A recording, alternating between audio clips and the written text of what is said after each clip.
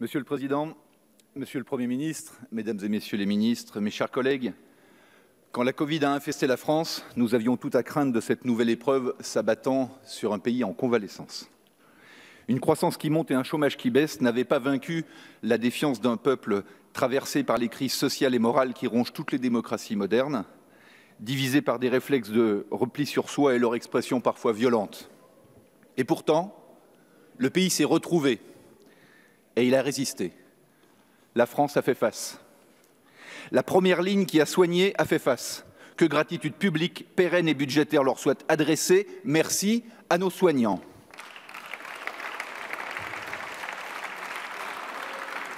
La deuxième ligne qui a travaillé a fait face. La troisième, civiquement confinée, a fait face.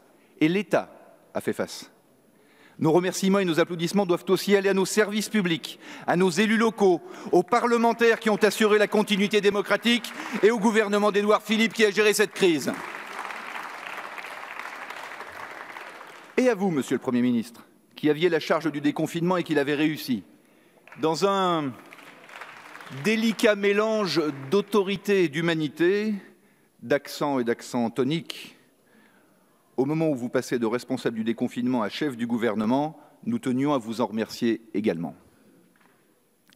C'est ce pays qui fait face, même s'il est divers et parfois querelleur, même s'il aime tant se dénigrer, c'est ce pays qui resserre ses liens devant l'épreuve dont nous avons besoin pour affronter les nouvelles épreuves qui viennent.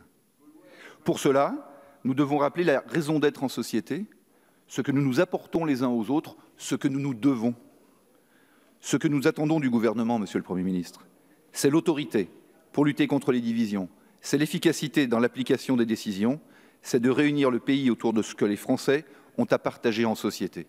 Et nous avons tant à partager, partager la richesse, partager les pouvoirs, partager les ressources, partager la représentation politique. Nous avons d'abord sauvegardé l'économie. Nous avons su protéger les salariés, les indépendants et les entreprises mieux que la plupart des autres pays. Ce qui est devant nous désormais, c'est la relance. La prolongation d'un système d'activité partielle, l'effacement des charges sociales et fiscales de certains secteurs d'activité, l'intégration des prêts en quasi-fonds propres, le soutien à l'activité par la commande publique nationale et locale sont de puissants leviers dont nous soutiendrons la mise en œuvre. Mais je voudrais souligner 3 des propositions que vous avez formulées tout à l'heure. D'abord, les solutions ne pourront pas être uniques et générales, quel que soit le secteur d'activité et le territoire. Au contraire, cette relance sera réussie si elle est définie par branche et au plus près des réalités. Dans ce cas, le rôle des fédérations professionnelles, des partenaires sociaux, des élus locaux et des parlementaires qui ont travaillé d'arrache-pied pendant la crise auprès des entreprises sera majeur. Il faut territorialiser l'action pour en démultiplier les effets. Que ce soit en métropole ou en outre-mer, je pense à nos compatriotes d'outre-mer sur leur territoire et aux ultramarins qui travaillent et qui étudient en métropole. Ensuite, nous devons une priorité à la génération qui entre sur le marché du travail à partir de septembre. Ce sont les bébés de l'an 2000. Rappelons-nous, mes chers collègues, qu'au tournant du siècle, la France avait fait beaucoup d'enfants et qu'aujourd'hui, ces enfants ont 20 ans et cherchent un emploi. Nous leur devons d'investir massivement dans les contrats d'apprentissage, dans la formation professionnelle, dans la réduction des charges pour le premier emploi. Cette génération nous demande souvent à quoi sert l'État, à quoi sert la politique, au fond. Eh bien, à ça, à répondre présent en les accompagnant quand ils traversent une difficulté, a fortiori quand ils n'y sont plus rien. C'est ça la France, celle de l'égalité des chances et celle des nouvelles chances. Et pour cette génération, la France devra être encore plus la France, car une famille s'occupe d'abord des moins chanceux de la famille. Enfin, il faut de la justice dans le partage de la richesse. Il faut organiser un meilleur partage de la richesse entre le capital et le travail, à travers, comme vous l'avez dit tout à l'heure, la généralisation de la participation et de l'intéressement. Nous devons assurer aux Français qu'à chaque point de croissance ou de productivité retrouvé, leur travail sera équitablement reconnu. Décidons ici que la bonne répartition d'un bénéfice, c'est 1/3 pour le salarié, 1/3 pour l'actionnaire, 1/3 pour l'investissement, prioritairement écologique dans l'entreprise. Bien sûr, on en définira les règles d'application avec les branches, avec les partenaires sociaux, mais quelle ambition ce serait, quel signal pour le pays. Tenons la promesse que celui qui fait ne peut pas valoir moins que celui qui a, même s'il accepte de risquer ce qu'il a. L'entreprise est le premier acteur de la transition écologique. Il faut que le travail, le capital et l'avenir soient considérés à part égale dans la richesse créée. Et au sortir de cette crise, La France pourra proposer au monde un nouveau modèle, un capitalisme à visage humain, après l'économie sociale de marché à l'allemande, une écologie sociale de marché à la française. Partage de la richesse, mais aussi partage des pouvoirs, notamment avec les collectivités locales. Attention, en matière de décentralisation, il faut des actes, mais pas de nouveaux actes. Changer les règles trop souvent donne plus sûrement la migraine aux élus locaux que de l'efficience à l'action publique. Veillons plutôt à ce que dans chaque territoire, les élus s'accordent sur des transferts de compétences et sur leur répartition entre leurs différentes collectivités. Et acceptons que, selon les territoires, cette libre organisation des pouvoirs puisse être différente, comme le président Ferrand l'a écrit dans un récent recueil de lieux pas si communs. C'est l'objet de la loi organique que vous avez annoncée tout à l'heure, qui permettra la différenciation territoriale, et de la loi 3D de Jacqueline Gouraud, décentralisation, déconcentration, différenciation. Il y a même un 4e D, qui serait la condition des 3 premiers, le dialogue. Que les collectivités se parlent, elles ne le font pas assez, pour décider quel est l'échelon le plus pertinent pour agir efficacement, plutôt que tout le monde se marche sur les pieds et intervienne partout, avec des formulaires variables et des critères parfois contradictoires. Les élus locaux, les acteurs de terrain, ont une indigestion de millefeuilles. L'ancien maire de Prades doit bien voir ce que l'ancien maire de Laravoir veut dire. Repensons la fiscalité locale pour baisser, cher président Abad, qui va nous rejoindre, les impôts de production.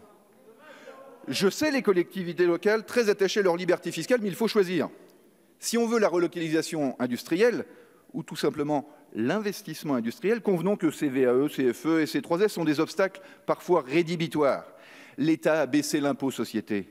Et je suis sûr que dans les temps que nous traversons, les collectivités peuvent accepter de se mettre autour de la table pour repenser ces impôts locaux qui pèsent 2 fois plus lourd que l'impôt société.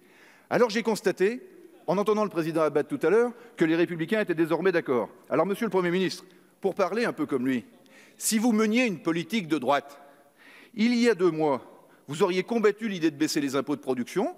Désormais, vous seriez d'accord pour finalement les baisser. Les Républicains sont finalement les plus grands en même temps pistes de la vie politique française. Restez à la tête d'un gouvernement de dépassement et oublions ces débats stériles entre la droite et la gauche.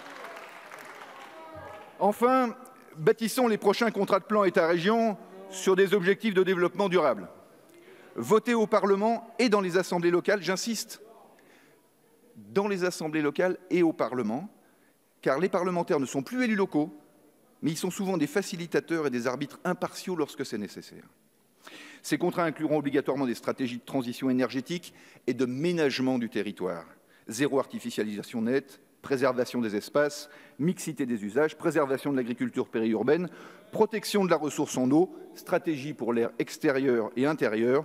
C'est aussi et surtout par l'action locale que nous réussirons la transition écologique.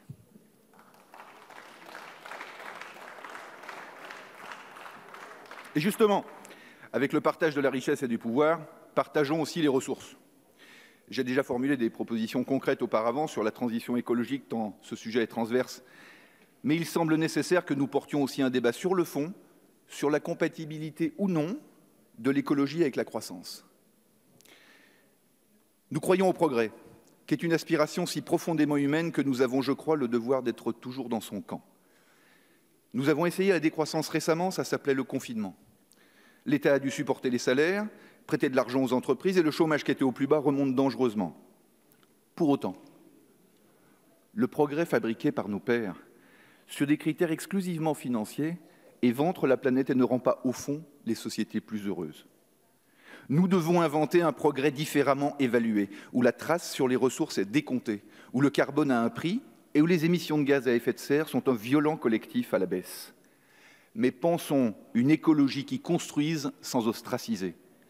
Lançons une transition énergétique qui privilégie massivement le renouvelable, mais n'ostracise pas le nucléaire ou les barrages hydroélectriques, sans rien ignorer de leurs coûts à long terme. Décrétons que les villes doivent être respirables, mais n'ostracisons pas la reconstruction de la ville sur la ville, ni la densité si elle est végétalisée, sinon nous ne parviendrons jamais au zéro artificialisation nette, sauf à décréter qu'il faut faire moins d'enfants, mais je ne me résoudrai jamais à dire à mes enfants qu'ils ne devront pas faire d'enfants. Déclarons la guerre à la pollution, mais alors n'ostracisons pas les ouvrages comme le canal Seine-Nord ou comme le Lyon-Turin dans sa dimension de fret ferroviaire. qui seuls nous permettront de réduire le nombre de camions qui saturent nos villes et nos vallées. Construisons ensemble un écolo-optimisme plutôt qu'un écolo-ostracisme, fondé sur des victoires de tous les jours plutôt qu'une intransigeance sans conséquence. Je sais que c'est ce que va faire ce gouvernement, que c'est ce dont nous avons besoin. Seul le soleil ou la mort ne se regardent pas en face. L'écologie, on peut, si on le fait ensemble.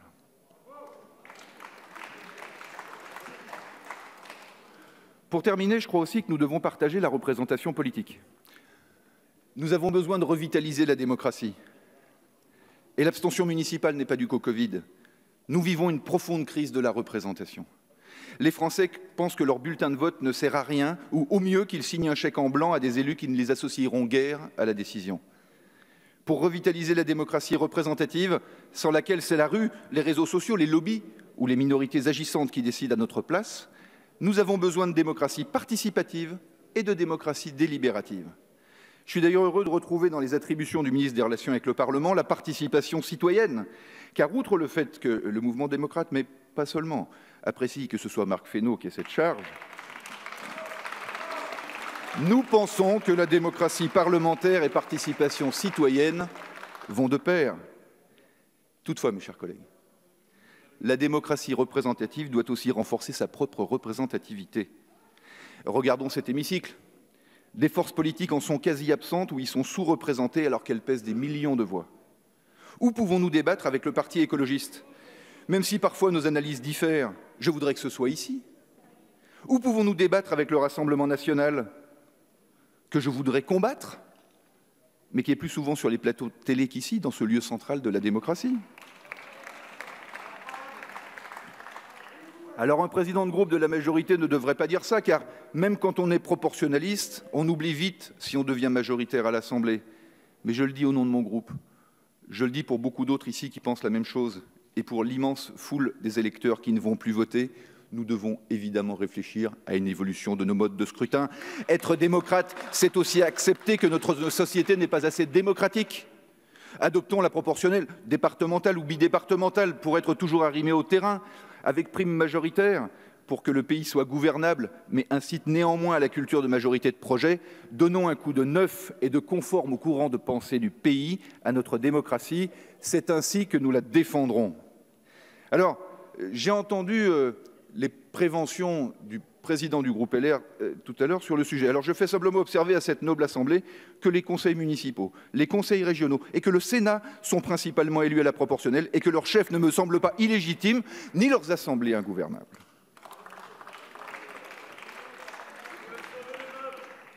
Monsieur le Premier ministre, vous sollicitez notre confiance.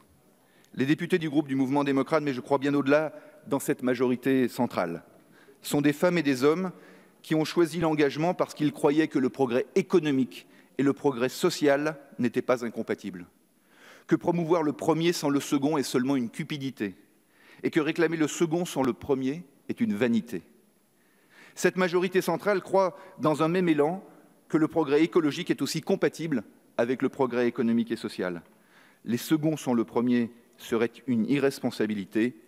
Les trois ensemble peuvent être pour notre pays mieux qu'une réussite, plus qu'un devoir, une nouvelle identité. Cette majorité centrale mesure aussi sa responsabilité vis-à-vis du pays.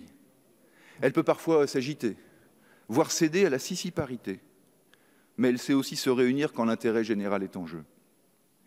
Elle sait aussi, et elle doit le faire plus encore, tendre la main.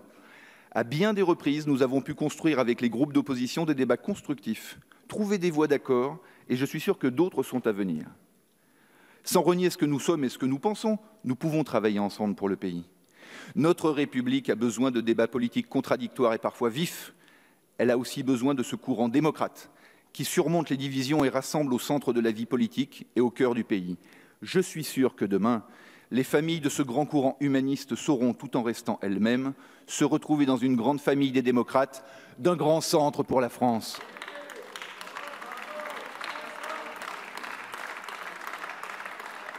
Alors, Monsieur le Premier ministre, vous sollicitez la confiance et nous vous l'accorderons, car je ne doute pas que vous travaillerez en confiance avec le Parlement, car il n'y a pas de démocratie forte ni de gouvernement fort sans un Parlement puissant.